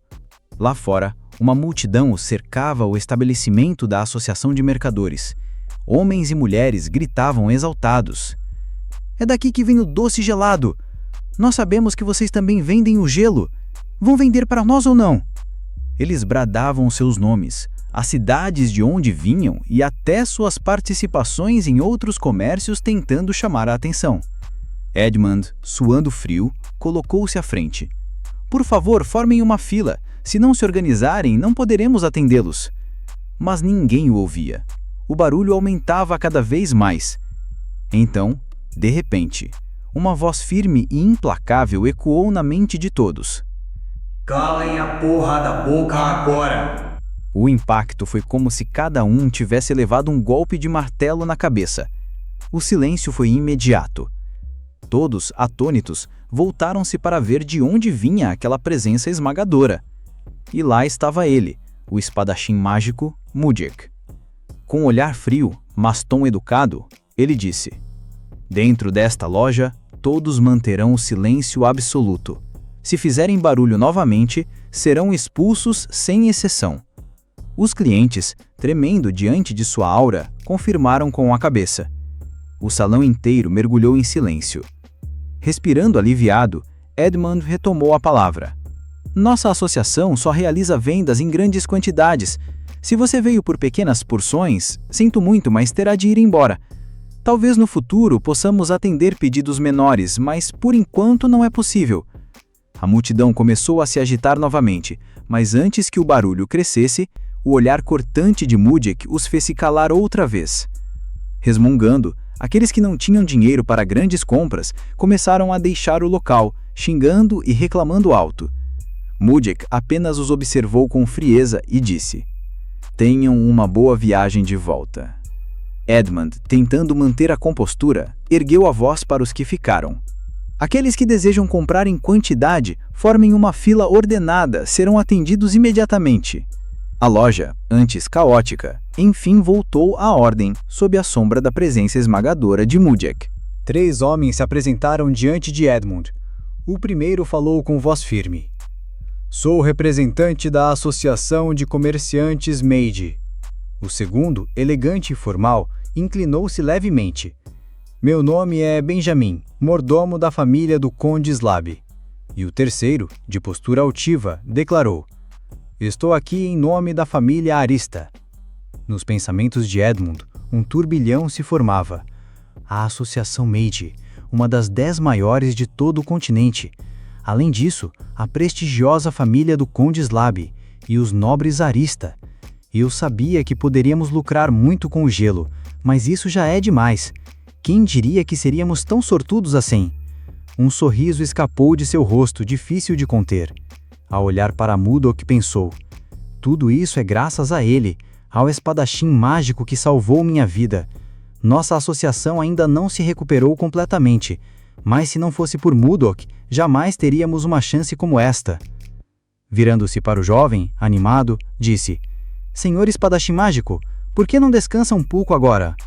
Mudgeck o encarou e perguntou em tom neutro: A parte mais movimentada já passou? Sim, pode deixar o resto comigo, respondeu Edmund firme. Descanse por agora. Murdoch assentiu. Nesse caso, cuidarei de me retirar. Boa sorte com suas negociações. E sem mais delongas, deixou o local. Enquanto o via partir, Edmund estreitou os olhos. Embora eu sinta pena dele, tenho meus próprios motivos para reviver esta associação. Isso é pela memória dos meus pais e do meu irmão, mortos injustamente. E eu vou reerguer a Associação de Comerciantes Ruel e usá-la para destruir o Duque Ícaros, aquele maldito que nos arruinou através da associação à casa. Até vê-lo cair em ruínas, eu nunca desistirei. Com o punho cerrado, completou mentalmente. Então, por favor, colabore comigo até lá, grande espadachim mágico Murdoch. Quando alcançar meu objetivo, farei o possível para recompensá-lo. Exausto de tudo que havia acontecido naquele dia, Murdoch deitou-se em sua cama. O sono ameaçava vencê-lo, mas antes pensou: os negócios de Edmund estão realmente prosperando. O dinheiro está fluindo de forma constante. Talvez seja a hora de começar a reunir informações sobre minha Huayan. Nesse instante, uma batida suave na porta interrompeu seus pensamentos. Quem é? Perguntou. Uma voz feminina respondeu. Sou eu, Savina. Um leve sorriso surgiu no rosto de Murdoch. Ah, já deve ser a hora do lanche. Entre, por favor, disse ele animado. Savina entrou com um sorriso tímido, carregando um grande pote em suas mãos. Os olhos de Murdoch brilharam. Finalmente chegou! Nas mãos dela estava um doce recém-criado, o sorvete, uma guloseima feita de frutas misturadas ao gelo cristalino de Murdoch, invenção acidental de Savina. Ela colocou o pote sobre a mesa e, ao virar-se para sair, ouviu a voz alegre de Murdoch. Obrigado por trazer de novo hoje, vou aproveitar bastante. Com o rosto levemente encorado, Savina respondeu. Não tem problema, pode pedir sempre que quiser. Com entusiasmo, Murdoch mergulhou no doce gelado sem cerimônias. A cada colherada, saboreava aquele frescor único. Doce, frio, sedoso, um sabor que jamais experimentei antes. No Mar do Norte, nunca poderia imaginar algo assim. E pensar que a Associação Ruel está prosperando tanto graças a este sorvete. O jovem espadachim mágico fechou os olhos por um instante, aproveitando o momento de prazer simples e inesperado. Esquecendo-se do tempo, Murdoch soltou um leve xingamento ao perceber que seu doce favorito havia acabado. Já terminei, mas definitivamente um potinho desses não é suficiente. Resmungando, ele se levantou da cama. É trabalhoso ir buscar eu mesmo, mas todos estão ocupados, não tenho escolha. Seguiu então pelas ruas de Baran em direção à Associação Roel. Contudo, ao se aproximar, uma estranha inquietação tomou sua atenção. Por que está tão barulhento de novo? No balcão de atendimento, Savina tentava, com voz desconfortável, acalmar a confusão. Por favor, não causem problemas. Se querem comprar, formem uma fila e aguardem sua vez. Entre os clientes, um jovem de aparência arrogante e corpo robusto, quase lembrando um leitão, ergueu a voz com o desprezo. Como ousa falar assim comigo? Você realmente acha que pode nos dar ordens? Ordens a nós, nobres? O ambiente ficou mais pesado. Do lado de fora, ao ver a cena através da entrada, Murdoch franziu a testa. Esses moleques insolentes, quem diabos eles pensam que são? Com um olhar frio, o espadachim mágico avançou lentamente, já pressentindo que aquilo não acabaria bem. Os três jovens nobres continuavam parados diante da pequena Savina, tentando intimidá-la. Um deles, com um sorriso arrogante, falou: Ei, mulher, parece que você não sabe quem nós somos. Então cale a boca e traga logo esse tal sorvete, ou seja lá como vocês chamam. Ouvimos rumores e, generosamente, decidimos passar por aqui. É melhor estar preparada, porque se esse negócio não tiver um gosto bom... A garota respondeu com a voz trêmula. A Associação Mercante Roel não vende sorvete para quem fura fila. Por favor, entenda.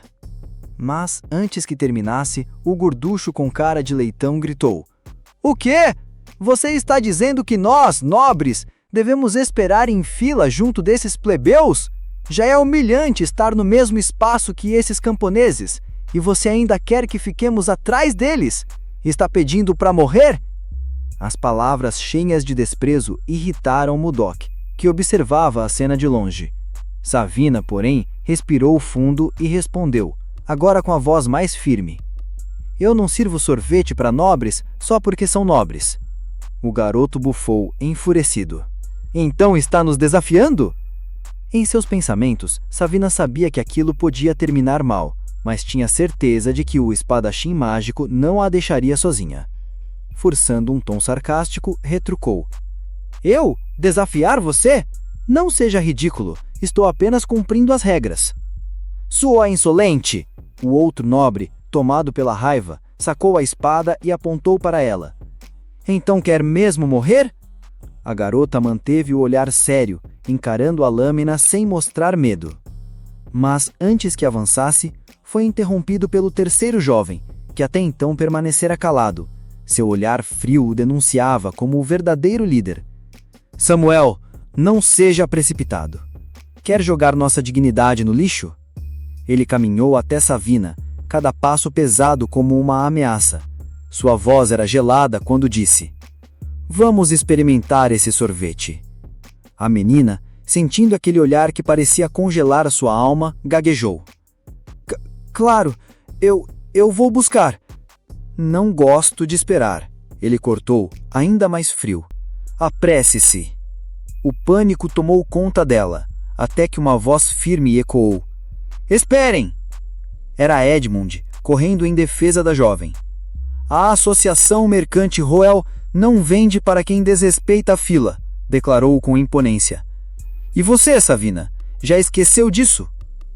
Me desculpe, Sr. Edmund, não vai se repetir. Ela respondeu, mais aliviada. Mudok, ao lado, percebeu que havia algo profundo entre Edmund e aqueles nobres, algo que explicava tamanha fúria em sua voz. Edmund então avançou, firme e impaciente. Saiam daqui. Não tolerarei qualquer desrespeito às regras do meu comércio. Como ousam? Os garotos rugiram. Está nos insultando? Engano seu, respondeu Edmund, os olhos faiscando de ódio. Não é só por furarem a fila que não venderei nada a vocês. Os nobres se entreolharam, confusos, até que um deles perguntou. Então, por quê? Edmund apertou os punhos e respondeu com raiva contida. Perguntem ao Duque Ícaros. Um murmurejo percorreu os arredores. Ele disse Duque Ícaros? O jovem à frente, com ar curioso, estreitou os olhos. Encarando Edmund, de repente soltou uma risada sinistra. Eu sabia que esses olhos me eram familiares. Agora lembro. Você é uma das sobras da Associação Roel, não é? Seu sorriso frio fez seus dois companheiros empalidecerem. Eles sabiam bem. Quando Justin sorria assim, era sinal de fúria incontrolável. Com a espada em mãos, ele apontou a lâmina para Edmund. Pelo crime de insultar um nobre, você vai pagar com a vida. E sem hesitar, puxou a espada para desferir o golpe fatal. Edmund tentou reagir, mas o ataque era rápido demais. Em seus pensamentos, só restava a maldição amarga. Droga! Se eu morrer agora, não poderei vingar minha família. Edmund abriu os olhos, surpreso por ainda estar vivo. Diante dele, a espada de Justin havia parado, presa contra o braço de Mudok, que a segurava como se fosse nada. Com um único movimento, o protagonista empurrou a lâmina para trás, fazendo Justin ser arremessado alguns passos. Você! O jovem nobre gritou, a fúria transbordando. Como se atreve, seu lixo? Está cansado de viver? Mudok, coçando a orelha com indiferença, suspirou. Tinha que acontecer justo agora, quando eu só queria pegar outro sorvete. Dizemos apenas que não vendemos para quem fura a fila, e ele imediatamente tenta matar pessoas? Isso já passou de absurdo. E com voz calma, respondeu. Vocês, jovens, realmente esqueceram o que são boas maneiras. Vou aproveitar a oportunidade para ensiná-las. Maldito inseto! Justin rugiu. concentrando energia na espada. Eu vou te matar! Ele avançou com velocidade brutal. O primeiro golpe devastou o chão, mas Mudok se desviou sem esforço. O segundo ataque veio ainda mais rápido e novamente atingiu apenas o ar. Enquanto Justin descarregava sua fúria em golpes cada vez mais violentos, Mudok se movia de maneira descontraída, sorrindo como se estivesse apenas brincando. Até arriscava pequenas piadas, como se quisesse provocar o garoto a se esforçar mais. Seu talento é impressionante para alguém tão jovem, comentou ele, desviando mais uma vez.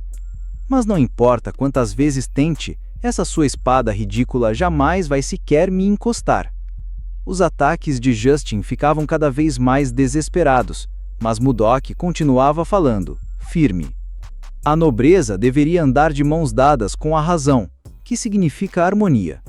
Se as suas ações representam a nobreza, então não existe virtude alguma entre vocês. Mas não se preocupe. Hoje eu mesmo vou corrigir suas maneiras. Cale a boca, gritou Justin, ofegante e em fúria. Você é só um lixo e ainda assim ousa falar assim com um nobre? Mudok balançou a cabeça, desviando de mais um golpe. A disciplina é tudo que você precisa. E hoje, você vai aprender respeito. Ele estreitou os olhos, observando o jovem arrogante à sua frente. Esse garoto, ele me lembra de mim mesmo lá nas planícies centrais. Mas minha promessa a Huaiyan me fez abandonar os caminhos do mundo. E, no fim, todas as verdades se resumem a apenas uma: a sobrevivência do mais forte. Ele ergueu o dedo, reunindo energia em sua ponta. Com um disparo rápido e preciso, lançou-a contra Justin. O impacto foi brutal. Um estrondo ecoou pelo local quando o ataque atingiu em cheio a mão do nobre, perfurando-a. Ah! Justin gritou de dor, soltando a espada. Ajoelhou-se no chão com o rosto contorcido, enquanto o sangue escorria pela mão atravessada. Babando de dor, jogado ao chão, Justin se perguntava como aquilo havia acontecido, aquele ataque que nem sequer conseguira ver chegando. À sua frente, Mudok o encarava com um olhar sombrio e implacável, como se já tivesse previsto aquele resultado. Atrás de Edmund, ainda atônito, perguntou com a voz trêmula: "O que foi isso? Eu não vi nada! Apenas Justin desabando no chão!" Enquanto caminhava em direção ao adversário, o protagonista avançava em passos lentos. Os companheiros de Justin, apavorados, se colocaram diante dele, espadas em mãos, implorando para que Mudok recuasse. Mas a presença do jovem era sufocante, e mesmo sem alterar o ritmo, sua simples aproximação fazia os dois tremerem como folhas ao vento. Mudok então fitou Justin, que ainda se contorcia, mas, para sua surpresa, o rapaz começava a se erguer novamente. Com a voz fria e cortante, ele disse: "Você deveria ter ficado no chão, porque se preocupar em se levantar mais uma vez?" Suando frio, com o rosto marcado pela dor e sofrimento, Justin ordenou que seus homens saíssem da frente. Ainda que mal conseguisse se manter de pé, não pretendia recuar. De frente para ele, Mudok abriu um sorriso carregado de malícia. Uma risada baixa e macabra escapou de sua garganta, enquanto em seus pensamentos ecoava o prazer daquela cena patética, um verme que insistia em se exibir, mesmo derrotado. Erguendo os dedos, energia começou a fluir em sua direção, faiscando no ar.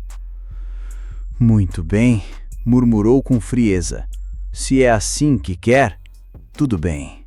Vamos ver quanto tempo consegue durar." O tempo parecia se arrastar, e os amigos de Justin só podiam assistir impotentes enquanto Mudok o espancava sem piedade. Justin, incapaz de reagir, apenas gemia de dor. Um dos garotos, preocupado, perguntou se Justin estava bem, mas o nobre, ferido, tomado pela raiva, apenas gritou para que o gordo calasse a boca e saísse do caminho. O gordinho, hesitante, lançou um olhar aflito para o grande corte no braço de Justin, ferimento que ele mesmo ignorava, preferindo continuar xingando o protagonista. Mudok, imóvel por um instante, observou o garoto e pensou: mesmo usando apenas a força de um artista marcial iniciante, ele se mostra ainda mais fraco do que imaginei.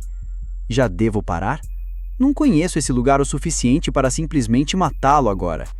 Com um suspiro, ele caminhou até o garoto, falando em tom calmo: certo, já estou entediado, e também não posso sair por aí matando alguém como você tentou fazer minutos atrás. Ei, moleque, quem é você? Sangrando e quase caindo, Justin ainda reuniu forças para gritar: quem você pensa que é para agir assim? Não me diga que não sabe quem eu sou. Como ousa? Como se atreve a me tratar dessa maneira? Eu sou Justin von Icarus, filho do grande Duque Icarus. Mudok o encarou em silêncio, refletindo. Esse moleque é um caso perdido. Mesmo nesta situação, não se arrepende, não reflete, só se agarra ao título. Eu realmente quero matá-lo, mas isso só me tornaria igual a eles. Antes que pudesse agir, o gordinho ganhou coragem com a revelação do amigo e gritou: seu bastardo, você mexeu com um nobre de alto escalão, não vai escapar disso! Mudok então desviou o olhar e viu um graveto no chão. Um sorriso largo surgiu em seu rosto. Ele o pegou e murmurou: perfeito, a verdadeira lição começa agora. O pedaço de madeira voou sozinho até sua mão e os 3 garotos gelaram. O bastão flutuando revelava que Mudok não era apenas um lutador, mas um espadachim mágico. O medo tomou conta dos 2 seguidores de Justin. Canalizando sua energia no graveto para reforçá-lo, Mudok avançou lentamente. Seu sorriso parecia cada vez mais macabro. Justin, apavorado, tentou recuar. Espera! Pare! Mas Mudok, então frio, apenas seguiu caminhando como se entoasse um feitiço.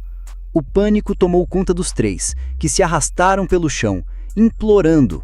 Quando finalmente chegou até eles, levantou o bastão o mais alto possível e anunciou: para escórias como vocês, o melhor remédio é uma surra. O bastão desceu. Golpe após golpe, os gritos dos garotos ecoaram pela noite enquanto a risada de Mudok se tornava mais e mais sinistra. Ele não mostrava compaixão, apenas prazer em aplicar a punição. O tempo passou. A noite caiu. Já de joelhos, os 3 nobres choravam, implorando por perdão. Prometiam que nunca mais cometeriam os mesmos erros. Mudok, com desdém, levou a mão à orelha e falou: hein? Não ouvi. Nada. Vocês falaram baixo demais e minha audição não é boa. Justin, tremendo de raiva e vergonha, pensou consigo mesmo: eu vou matá-lo. Vou esmagar sua cabeça sob meus pés. Mas agora eu preciso engolir isso. E, com o orgulho quebrado, gritou diante de Mudok: eu estava errado. Nunca mais vou repetir esse erro em minha vida. Mudok sorriu satisfeito. É sempre assim. Não importa onde, o mais forte é quem dita as regras. E no fim, uma boa surra resolve tudo. Com a calma de um mestre, ele falou: cuidem-se melhor da próxima vez. Hoje, vou deixar passar. Atrás dele, Edmund observava em silêncio, os olhos marejados. Ele não disse nada, apenas contemplou as costas de Mudok com reverência. Naquele momento, o homem diante dele havia se tornado o ídolo. No dia seguinte, no Palácio Real de Drake. Em uma ampla sala de pedras escuras, iluminada apenas pelo brilho das tochas e vitrais coloridos, figuras de grande importância estavam reunidas em torno de uma longa mesa. O ar era pesado, carregado de tensão. Um homem loiro de olhar rígido foi o primeiro a falar. Alguns dias atrás, recebemos um relatório de um informante no reino de Sérvia. Era o Conde Slave. Ao terminar a frase, ele silenciou, aguardando a permissão real. O rei em pessoa, Tomilova III, assentiu com firmeza. Continue, Conde. Slave retomou o discurso. O reino de Sérvia conseguiu recuperar toda a região norte de Blackstone. Além disso, parece que o reino Heizen está tentando desenvolver terras além do deserto do Saara. Ao ouvir aquilo, outro homem interveio com desdém, Sua voz grave ecoou pela sala. Além do Saara? Todos sabem que é impossível para humanos habitarem lá. Os monstros não deixam ninguém sobreviver. O reino de Heisen tem alguma medida especial para isso? Quem falava era o Duque Sérgio von Icarus, pai de Justin. Slave, com expressão séria, respondeu: Ainda não temos certeza, mas há fortes indícios de que Ainos possa ter se estabelecido lá. O silêncio tomou a sala. Até mesmo o rei ergueu as sobrancelhas, surpreso. Você disse Ainos?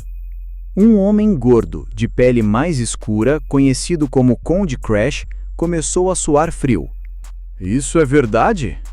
Sim, confirmou Slave, a voz fria e sombria. Do canto da sala, um nobre que até então permanecera em silêncio, o Barão Arista, não conteve o espanto. Está falando do Ainos, um dos 10 mestres da espada do continente? O rei passou a mão pelo queixo, refletindo em voz alta. Ouvi dizer que ele recusa qualquer fortuna oferecida, que vagueia sozinho pelo continente, sem se prender a facção alguma. Então, por que alguém tão poderoso escolheria Heisen? Todos aguardaram em silêncio, até que Crash, hesitante, fez a pergunta que parecia mais lógica. Se não é por dinheiro, então poderia ser por uma mulher? Slave estreitou os olhos. Pelo visto, esse realmente é o caso. A mesa inteira se agitou. O rei, intrigado, insistiu. Quem é ela? O conde hesitou, mas por fim falou devagar. Todos vós a conheceis bem. É a princesa Dafren, irmã mais nova do rei Laird II de Heisen. O choque foi imediato. O rei se inclinou para a frente, os dedos batendo na mesa. Está me dizendo que Laird II, que trata sua irmã como seu bem mais precioso, entregou a Ainos? Essa raposa finalmente mostra as garras. Se isso for verdade, Heisen agora possui 2 mestres da espada. Slave confirmou com gravidade. Além disso, é provável que estejam preparando uma nova tentativa de expansão, algo que não conseguem desde a morte de Laird I. No grande mapa disposto sobre a mesa, os territórios se destacavam. No leste, Heisen se expande. No sul, Sérvia fortalece suas colônias. Além mar, o Império de Geva cresce a cada dia. A voz do rei soou como lâmina. Não podemos permanecer parados. Ele ergueu o olhar gélido para seus vassalos. Digam-me, o que devemos fazer? Quero ouvir opiniões sinceras. O Duque Icarus foi o primeiro a se levantar. Majestade, em minha visão, a única saída é expandirmos também. O rei franziu o senho. Mas não temos terras adequadas para expansão no momento. Está sugerindo atravessar as montanhas Lazar e marchar para o norte? Sim, respondeu o duque com confiança. Já não temos outra escolha. O rei permaneceu em silêncio por alguns instantes. Seus olhos, frios como gelo, refletiam dúvida e cálculo. Expandir para o norte seria um ato de desespero. Mesmo que logramos êxito, a região é coberta de gelo. Nossos esforços podem se perder no vazio. Mas recusar essa luta significaria ser expulso do jogo do poder. Por fim, ele declarou: Muito bem. Em breve enviaremos alguém ao norte para investigar essa possibilidade de expansão. Com voz firme, encerrou. A reunião de hoje está concluída. Reencontraremos-los em breve. Enquanto os nobres se levantavam, o Duque Icarus estreitou os olhos. Algo está errado. O Conde Slave e Sua Majestade estão escondendo algo. Dentro do castelo, em uma sala escondida, o rei Tomilova III estava em uma reunião secreta com o Conde Slave. Ei, Gothon, você não cometeu algum erro ultimamente, não é? Perguntou o rei preocupado. Não, Majestade, não cometi, respondeu Slave firme. Então o Duque Icarus deve estar aprontando de novo. Já faz 10 anos que ele envia para o norte qualquer um que ouse enfrentá-lo, disse o rei, irritado. Slave tentou argumentar, dizendo que a culpa era dela, mas o rei o interrompeu. Não diga isso, velho amigo. Entre todos, você é o único vassalo em quem confio. Abaixando a cabeça, Slave agradeceu. Obrigado, Sua Majestade. Enfim, deixe isso pra lá. Ouvi rumores sobre um tipo de gelo sendo vendido aqui na capital. Você sabe algo a respeito? Perguntou o rei, curioso.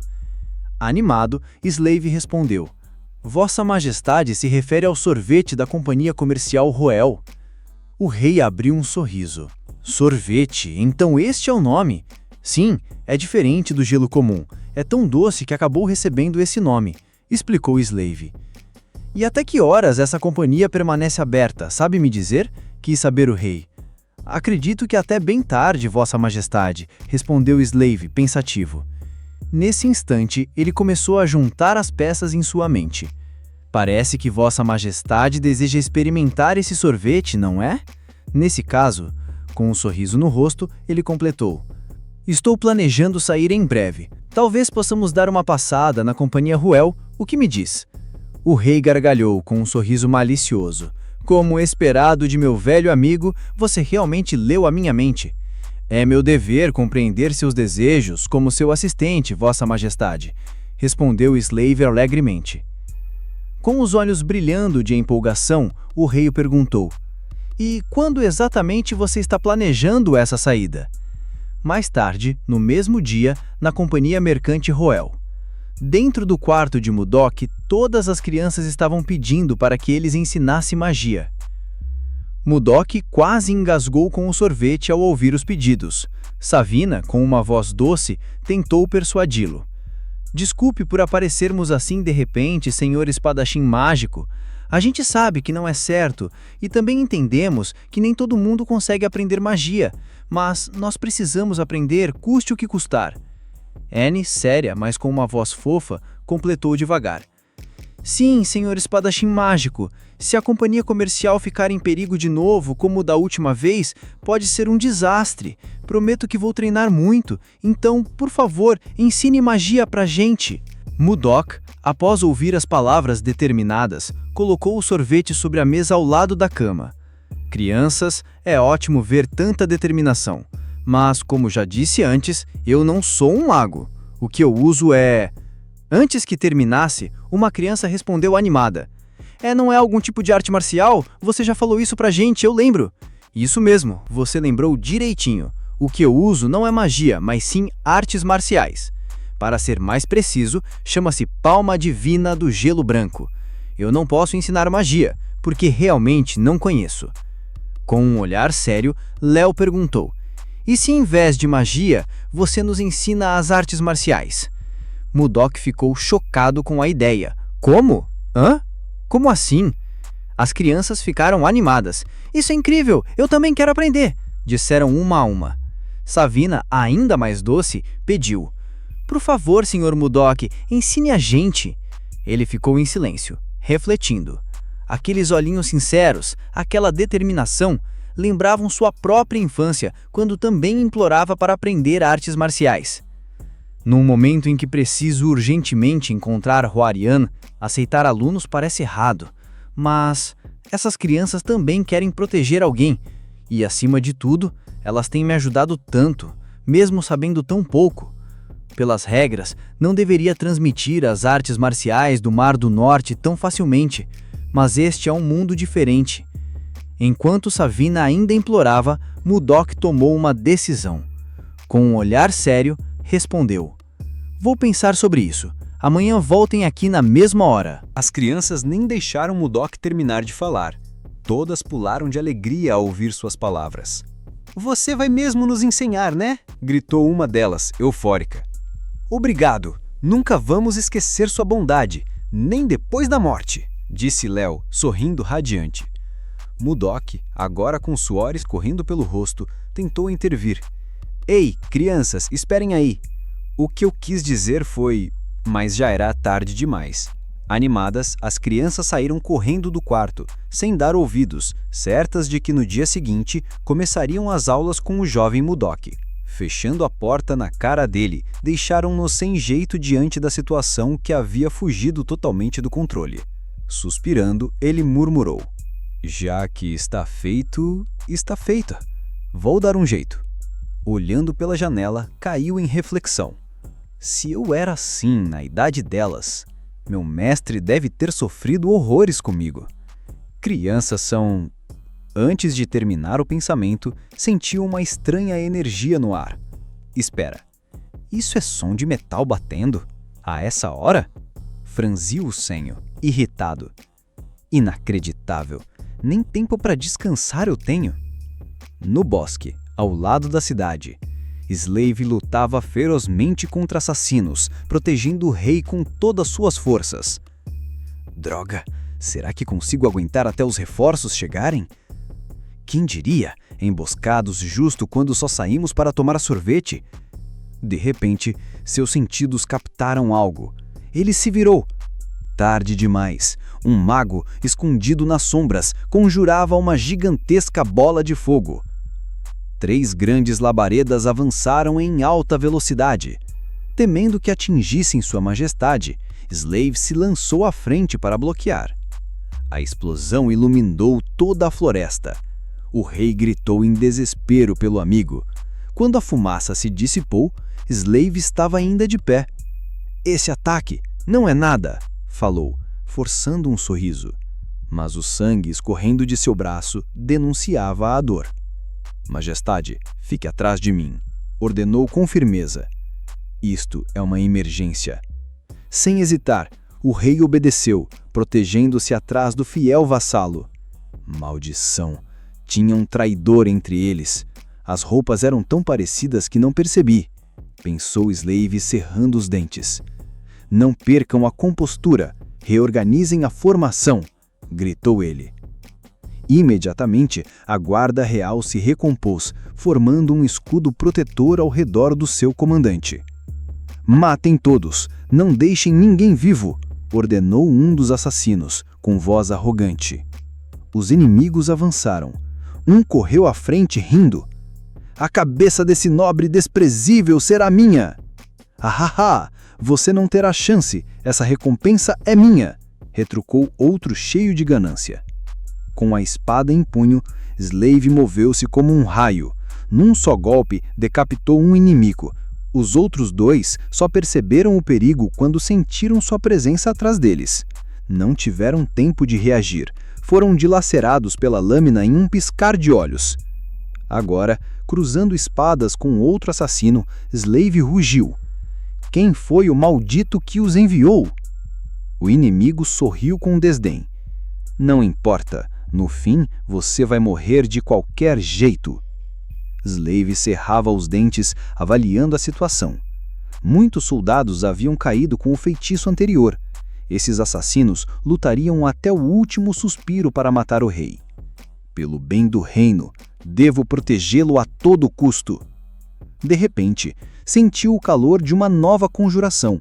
O mesmo mago erguia outra bola de fogo ainda maior. Magia, a caminho! Protejam Sua Majestade! Gritou Slave, agora desesperado. O mago gargalhou loucamente. Hahaha! Já é tarde demais! Mas antes que liberasse o feitiço, um corte certeiro atravessou seu corpo. A magia se desfez instantaneamente. O mago caiu morto. Os assassinos ficaram atônitos. Quem foi o maldito que matou o nosso companheiro? Slave e o rei, igualmente surpresos, buscaram a origem do golpe. De cima de uma árvore, uma voz ecoou. Ai, ai, ai, parece que eu fui descoberto. Lá estava Mudok, com um sorriso selvagem, a sombra projetada pela lua, o colocando com uma aparência de um verdadeiro Oni, prestes a arrastar aqueles homens para outro mundo. Do alto da árvore, Mudok observava os assassinos. De repente, seu corpo simplesmente desapareceu diante dos olhos deles. Aonde aquele maldito foi? Murmurou um dos assassinos, em alerta. Uma sombra surgiu atrás dele. Antes que pudesse reagir, um de seus subordinados foi nocauteado.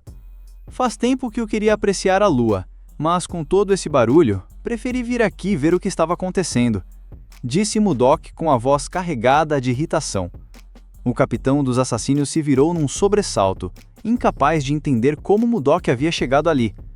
Com um olhar sombrio, Mudok declarou friamente: "Vamos acabar logo com isso, antes que meu sorvete derreta." Um arrepio percorreu a espinha do inimigo. Por um instante, perdi completamente o rastro dos movimentos dele. Chegar atrás de mim assim? Há algo muito estranho com esse homem. Esse desgraçado, pensou. Fomos pegos de surpresa, mas ainda temos a vantagem numérica. Rapidamente, os assassinos cercaram Mudok. Ele, imóvel, apenas os encarava, sorrindo ao ver o brilho das lâminas. O objetivo continuou o mesmo: assassinar o rei. Se o eliminarmos logo, reduziremos as variáveis. O capitão avançou contra Mudok, ordenando aos outros: "Deixem esse comigo. Matem logo Tomilova e o Conde Slave." O golpe foi tão forte que explodiu em clarões, mas Mudok, bloqueando com facilidade, murmurou: "Não esperava encontrar tantos estilos de espada aqui. Justo que eu retribua com a Sulin, a espada do Palácio de Gelo do Mar do Norte." Um sorriso maléfico surgiu em seu rosto. "Vamos lá, venha com tudo que tem. Não me decepcione." O assassino, rangendo os dentes, desembainhou 2 espadas e gritou: "Nem pense que vai sair daqui vivo." "Interessante", respondeu Mudok, erguendo a lâmina de gelo. "Não me faça perder o interesse. Use todo o seu poder."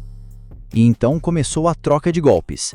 As espadas do inimigo bateram contra a Sulin, mas foram bloqueadas como se nada fossem.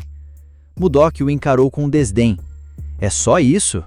O assassino sacou fagas ocultas e as girou entre os dedos, reunindo energia em cada lâmina. Com um rugido, lançou um ataque devastador. "Morra, seu rato!" Mas Mudok desviou com movimentos leves, quase preguiçosos. O assassino, agora tomado pela raiva, tentou golpeá-lo novamente. Um passo lateral foi suficiente. Mudok atingiu sua costela com uma sequência de golpes rápidos, tão rápidos que mal puderam ser vistos. O inimigo cambaleou, gemendo de dor. Nesse instante, Mudok ergueu a Sulin e desferiu um corte colossal. O assassino, mesmo ferido, conseguiu bloquear por um tris, mas foi imediatamente pressionado por uma enxurrada de ataques sem descanso. As lâminas tilindavam sem parar, o choque entre elas iluminando a floresta. Até que Mudok o agarrou pelo rosto com a mão nua. "Hora de cair!" E o esmagou contra o chão com brutalidade. O impacto ecoou como um trovão. Por um instante, ele sorriu, satisfeito. Mas seu brilho se apagou quando a chuva começou a cair. A floresta, antes preenchida pelo som de espadas colidindo, agora estava tomada apenas pelo som das gotas pesadas batendo nas folhas.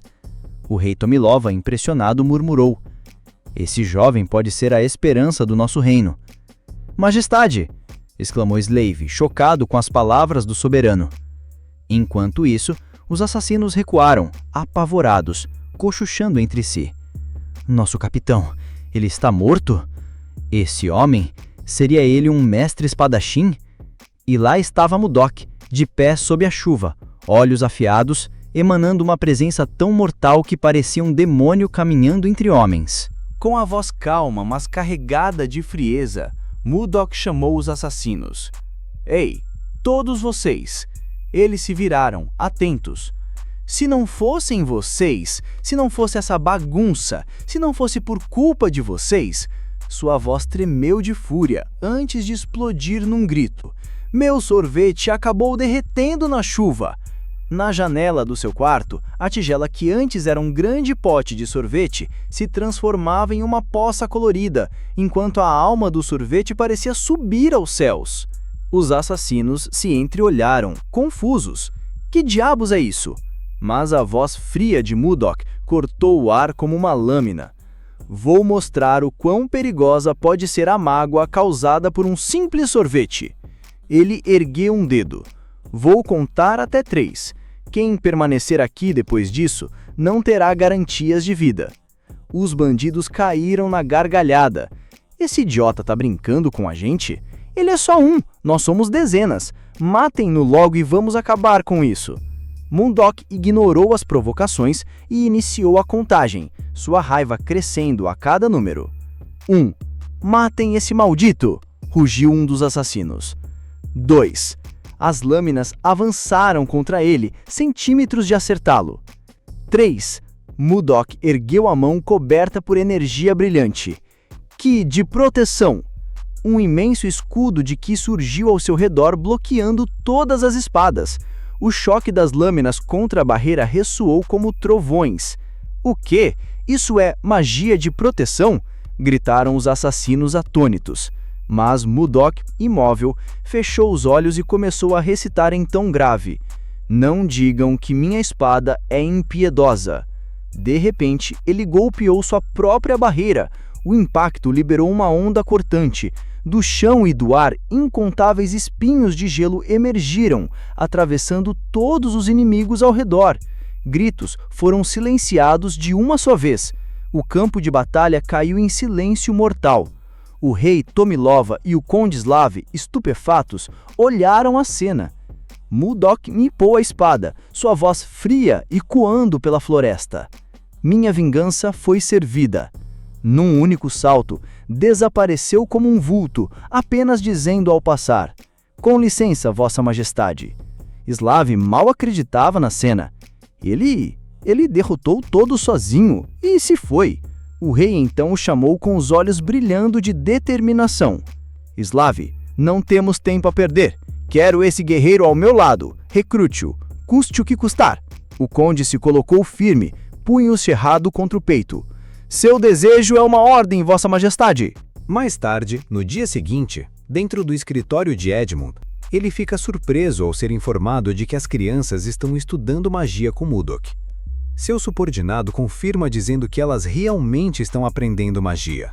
Confuso, Edmund responde: Magia não é algo que possa ser estudado por conta própria, sabia?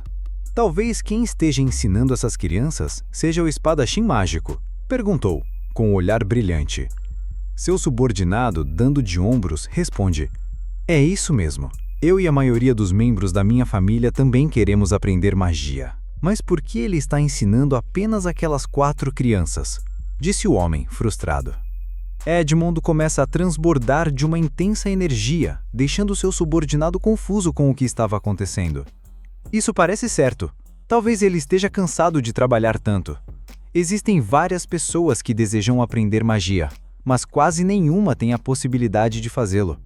Mas a Senhora Sorte agraciou essas crianças, pensou Edmund. Animado, ele então fala para seu subordinado: Ei, aonde essas crianças estão aprendendo magia? Conduza-me até lá, vou pessoalmente vê-las. O olhar de Edmund, afiado, quase denunciava seus planos futuros. O dia em que subiremos ao topo pode chegar mais rápido do que eu imaginava, pensou o velho homem. Agora, diante de Mudok, estão Edmund e seu subordinado. Indignado, Mudok pergunta: Que tipo de bobagem é essa, Edmund? Por que está assim, grande Mudok? Eu já sei de tudo, disse Edmund calmamente. Sem entender, Mudok questiona o que ele queria dizer, mas Edmund continua. Ouvi que o senhor espadachim mágico está aqui, ensinando magia às nossas crianças. Isso é fantástico. Mudok, irritado, pensa que aquele idiota de antes deve ter falado demais. Então era sobre isso que todos estavam comentando mais cedo. Resmunga em silêncio. Realmente agradeço, do fundo do coração. Como posso retribuir esse favor? Perguntou Edmund, fingindo emoção. Nesse momento, alguém chega por trás de Mudok. Surpreso, Edmund pergunta: Henry, qual é o problema? Por que está aqui? Henry responde: Vim falar com o senhor espadachim mágico, já que ele tem uma visita esperando por ele. Edmund fica surpreso com a notícia. Uma visita? É isso mesmo? Outro subordinado da companhia, Row, surge chamando um dos superiores. Seus olhos estavam cheios de lágrimas como se tivesse acabado de ser humilhado por alguém. Com voz fria, Mudok responde: Me deixe em paz, não irei ver essa visita. O garoto, jogado ao chão e chorando, implora: Por favor, tenha piedade deste pobre servo. Sua Majestade disse que se eu não conseguisse trazer o senhor espadachim mágico hoje, ele mesmo viria até aqui. Irritado, Mudok retruca: Por que devo confiar em você? Uma pequena briga acontece. O pobre homem agarra a perna de Murdoch desesperadamente, enquanto Edmund, em silêncio, tenta juntar as peças. Sua Majestade? Ele é um servo. Não pode ser. Será que ele é o enviado do rei? Pensou Edmund, chocado. Mesmo sendo pisoteado no rosto por Murdoch, o rapaz insiste. Independentemente de ter piedade de mim ou não, por favor, não recuse o convite de Sua Majestade. Murdoch, soltando-se do rapaz, murmura baixinho, irritado. Por que você vem aqui todos os dias, sem faltar e ainda por cima incomoda os outros? Pare de desperdiçar seu tempo e vá embora, disse com voz fria. Saindo do local, Murdoch caminha enquanto fala sozinho. Embora eu não saiba se isso é uma pista da minha amada Huaiyan, se esse tipo de coisa continuar, ele pega o colar em sua mão e olha para a pequena flor cristalizada na joia. Sua mente viaja ao passado, lembrando de situações antigas. Não! Gritou. Depois de 3 anos, conseguiu o domínio completo de Gangbok. As planícies centrais chegarão em breve. Que tipo de negociação teremos com aqueles bastardos escorregadios? Disse Murdoch, irritado. A pessoa à sua frente responde calmamente. Há momentos para mostrar força e momentos em que não se deve usá-la. Acredito que agora seja a hora de provar que o Palácio de Gelo do Mar do Norte não é só força bruta, disse o homem com uma cicatriz no rosto. Com expressão pensativa, Murdoch responde: Você tem razão. E se isso não funcionar, eu posso simplesmente mostrar minha força de novo. O homem sério declara: Então eu vou assumir a liderança. Murdoch, satisfeito, confirma: Deixarei tudo em suas mãos. Mas se eles ainda recusarem cooperar, vamos atacar. Tomando uma xícara de chá, ele completa. O homem sorri e retruca, rindo. Isso é mesmo possível, meu lorde? Foi nesse dia, a caminho das negociações, que Murdoch conheceu Huaiyan. Os dois se viram pela primeira vez, e aquela mulher mudaria para sempre o destino dele. Rapidamente, eles formaram um grande laço, e foi naquele dia que seu Murdoch viveu o momento mais feliz de sua vida. Agora, sorrindo ao se lembrar do passado, ele pensa consigo mesmo. Certo, vamos pensar apenas em Huaiyan. Não posso fazer birra por qualquer coisinha. No entanto, ainda acho que devo fazer algo. Chegando perto das crianças, uma delas o cumprimenta. Murdoch, com um sorriso leve, reflete que agora precisa proteger muitas coisas e que deve agir com cautela. O dia passa e o sol começa a se pôr. No Castelo Real, Tomilova conversa com um de seus subordinados. Ele recebe a notícia de que Murdoch recusou vê-lo mais uma vez. O subordinado, curvado a 110 graus, pede as mais profundas desculpas à Sua Alteza por não cumprir o pedido. O rei, agora deprimido, diz que quanto mais pensa em Murdoch, menos gosta dele. Eu só queria agradecê-lo por salvar minha vida, mas... suspirou Tomilova. Seu subordinado se apressa em dizer: Eu voltarei lá amanhã, majestade, certamente o trarei. Mas o rei, irritado, o interrompe. Desista! Olhe quantas vezes você já tentou. Logo após suas palavras, alguém anuncia a chegada da princesa Eschilde. O rei ordena que o subordinado deixe o assunto de lado e se retire. Chorando, o rapaz obedece e sai da sala. Animado, Tomilova se olha no espelho, ajeitando-se para receber sua pequena filha. Nesse momento, a princesa entra. Caminhando pela sala, ela percebe a tristeza do pobre rapaz que estava saindo. Chegando diante do pai, a princesa faz uma leve reverência. Pai, a expressão do camareiro não parecia boa. Aconteceu algo? Perguntou a menina. Surpreso, o rei percebe que a filha notou os detalhes. Sobre isso, minha pequena. Após contar tudo, Eschilde fica extremamente preocupada ao saber que o pai havia sofrido uma tentativa de assassinato. Ela pula em sua direção, perguntando se ele estava bem e se havia se machucado. O rei a tranquiliza. Estou bem, nada aconteceu, e é isso que importa. Não se preocupe, minha pequena Eschilde. Ela suspira e retruca. Mas, então por que o tal espadachim mágico rejeitou o seu convite? Sem entender, o rei responde. Não faço a ideia do motivo. Desejo mantê-lo ao meu lado porque é habilidoso, mas ele não respondeu a nenhuma das minhas convocações. Intrigada, a princesa comenta. Esse homem deve ser mesmo uma ótima pessoa, para o senhor falar assim dele. O rei sorri e responde. Ele não é apenas ótimo, minha filha. Você sabe que o gelo e o sorvete foram um grande sucesso em Roel, certo? Sim, eu mesma já comprei várias vezes, responde Estilde. Surpreendendo a filha, o rei revela: pois bem, o responsável por criar o sorvete, o mago que me salvou, é o mesmo homem que produzia o gelo para a companhia Roel.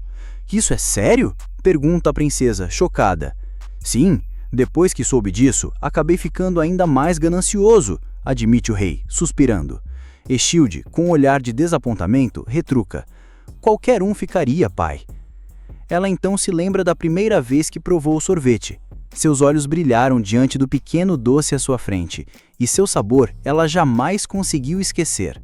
Pensativa, reflete: então, o mago que criou o sorvete é, coincidentemente, a mesma pessoa que o meu pai procura? Quem é esse tal espadachim mágico? Olhando pela janela, Estilde vê as crianças com seus pequenos potes de sorvete. Com isso, toma uma decisão.